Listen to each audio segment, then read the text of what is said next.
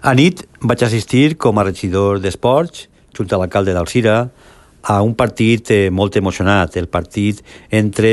el nostre club, el Futbol Sala Alzira i el Cartagena, un equip de primera divisió que va ser un gran rival. El partit no el pogueren guanyar, arribarem als penaltis, haurem pogut tindre sort en l'últim minut quan Peiró va pegar un xut increïble, però bueno, el porter també jugava i va fer també una gran parada el porter del Cartagena. Els penaltis, com sabem, és sempre sort i per tant la sort no la tinguérem en aquest final del partit. Però sí que vull agrair a tota l'afició que va estar omplint el que és el nostre Palau, i aquesta gran afició que partit rere de partit està assistint a estos encontres,